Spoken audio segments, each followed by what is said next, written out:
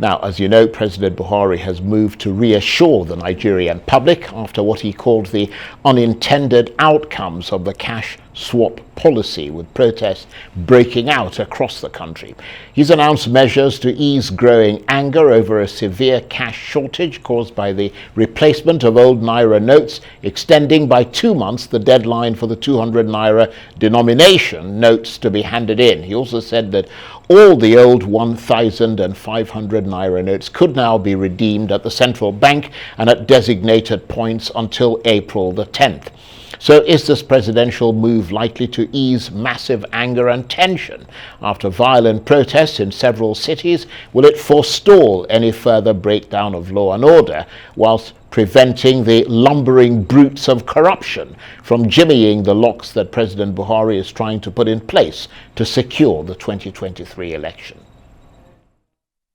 Well, for more on this, I'm joined in the studio by Obinna Simon, who is a member of the APC Presidential Campaign Council. He's also, of course, the famous comedian known as MC Tegwaye, who's well known for mimicking President Buhari. But we're not going to have you mimicking today, because we want your serious side, and I know you do have that, because you've been heavily involved in the campaigns, the APC campaign and so on. Yes. We know that the APC governors, thank you for coming in, by the way. We know that the APC governors had already, before this speech, said they don't agree with the move to keep only the 200 Naira notes in circulation out of all the old notes. What do you think will be their reaction, and the reaction of the APC campaign, Presidential Campaign Council, to this address, and the president's obvious attempt to empathize with the suffering of the Nigerian people?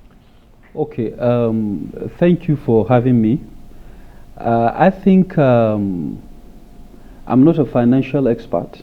I'm not also an economic expert, but I'm going to speak to you from the angle of a common Nigerian, from angle of someone who understands what goes on in the streets. But also who understands what goes on in the APC's Presidential Campaign Council. Exactly. So what I will say is, the policy is something that is targeted towards changing the narrative of the economy of the country. I am quite sure that the president will not embark on something that will put the country and the citizens into a situation we find ourselves today. I'm very sure of that. He has people he's working with. As a leader, you listen to people, your subordinates who are working with you, and then they advise you on certain policies and tell you this is it. And then when you see that, okay, this is going to help my people, all you do is, okay, you give it a try. But then, unfortunately, things are turning out the way they are turning out now, which is quite unexpected. But regardless, like I said, this is for the good of the people. It is targeted towards making the economy better, which has been suffering from COVID time and all of that. But yet we are here. So what I will say is, there should be provisions, even before now, even before the implementation of the policy. There should be provisions that will help people, that will ease the suffering of the people. Because I was in Katsina 2 weeks ago, and it wasn't funny. It wasn't funny at all. People are very, very angry. Not only angry, they are also hungry. Okay? There's so much frustration that you have money in the bank, your own hard-earned money in the bank, and you can't access the money. But is it your sense that the president making way for the 200 Naira note to still be used till April, that is likely to give relief to the people, given that, you know, the old 500, 1,000 Naira notes are essentially no longer valid for regular transactions? Well, in a way, it will ease the situation, but not quite. Because even before the policy, how many 200 naira note is not that much, in circulation.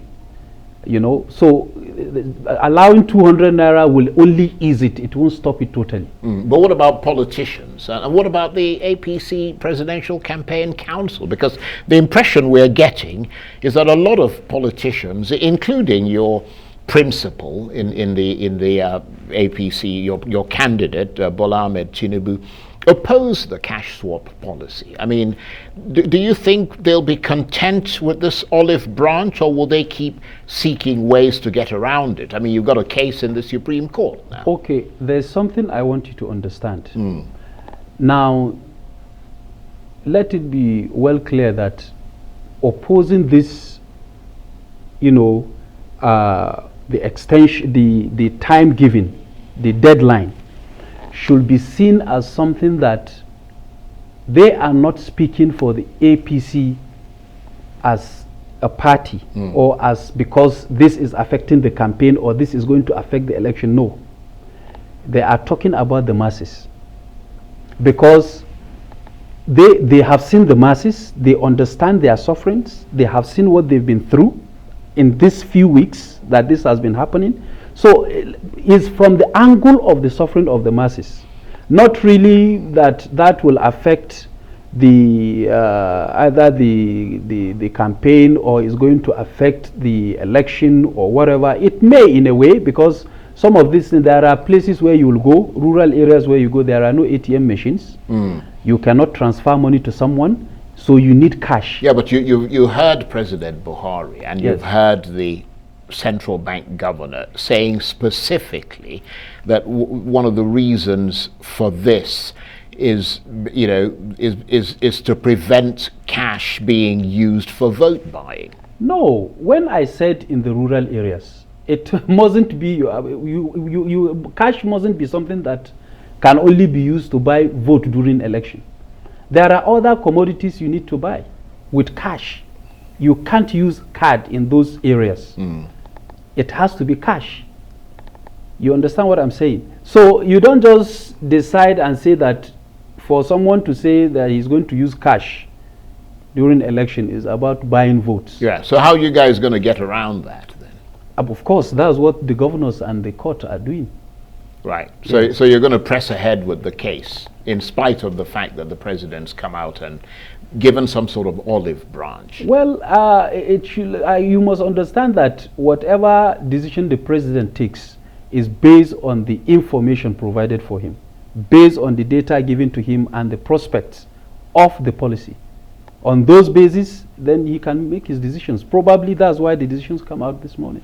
Right, okay. Well, we'll wait and see how that Supreme Court verdict goes.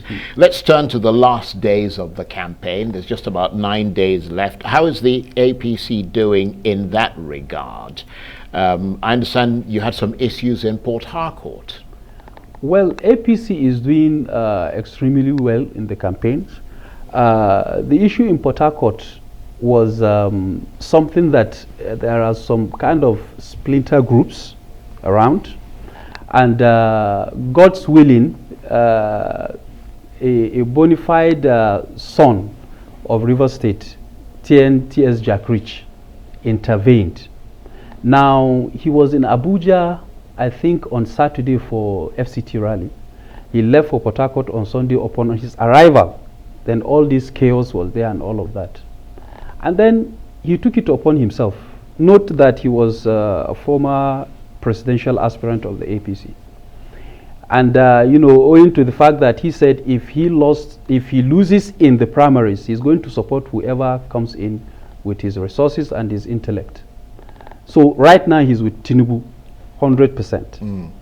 So in Port Harcourt, he met all these crises. There is this faction, there's this faction, and all of that. So all he needs to do is to act as a sportsmanship, a good sportsmanship. He called all of them and addressed them. He spoke to them with wisdom of the elders. Right, but was that sort of problematic enough that it might have affected your rally? Because I understand your rally might not have held. Of course, it wouldn't have held, because everybody was ready with their private plans to obstruct the rally. Right. But after his intervention, I think there's a video going around in the internet where he was addressing them and all of that. At the end of the day, he brought them together and peace was established. On that note, that was why we had the rally. Right. So but that was a temporary truce. I don't think it was a temporary truce. Right. Because even until today, all of them still spoke and they are on the same page for the same project. Right. Okay. And, you know, it is something that is common, especially in political parties. Sometimes you agree and sometimes you disagree. Well, let's see if you agree with this, that most of the latest polls, both local and international, put Mr. Tinubu either second or third in the race. Do you place much credibility on those polls? Is the APC Presidential Campaign Council taking any notice? Polls are done in the polling units, not online. They are carried out practically in polling units. So whatever anybody does online, those are, I don't know, there are predictions that are not correct. They are just predictions. So, but believe me, the actual poll takes place in polling units. Well, yes, eventually. Yes. But let me ask you this. If there is a presidential debate organized by the Nigerian Election Debate Group, which is recognized as the group that does it, will the APC candidate Bola Tinubu take part in that debate? Why can't he? He can. He can. He can take part in any debate that we're not saying if he can. Will he take part? Why? He will. If it is transparent. I don't know what you mean if it is transparent. If it is transparent. The presidential debate, Nigeria Election Debate Group has carried out debates in the past. They have carried out debates in the past. Nobody has ever questioned their transparency. No, of course. What I'm saying, you know, this is politics. One must be careful what you get involved in and what you don't get involved in.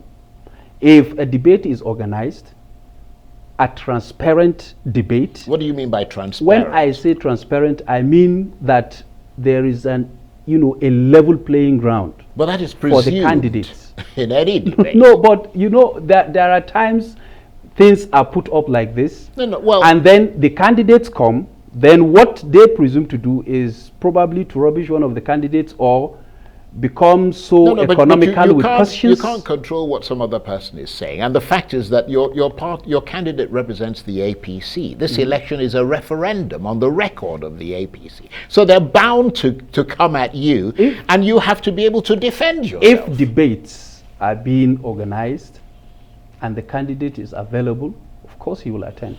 Right. Now, there have been a lot of allegations against the APC of sponsoring violence against the other leading parties. The PDP has accused the APC, and so has the Labour Party. What's your response to those accusations? It's politics. Stories can come up from anywhere, especially stories that are not verified. Anybody can claim to be an APC member and attack the other.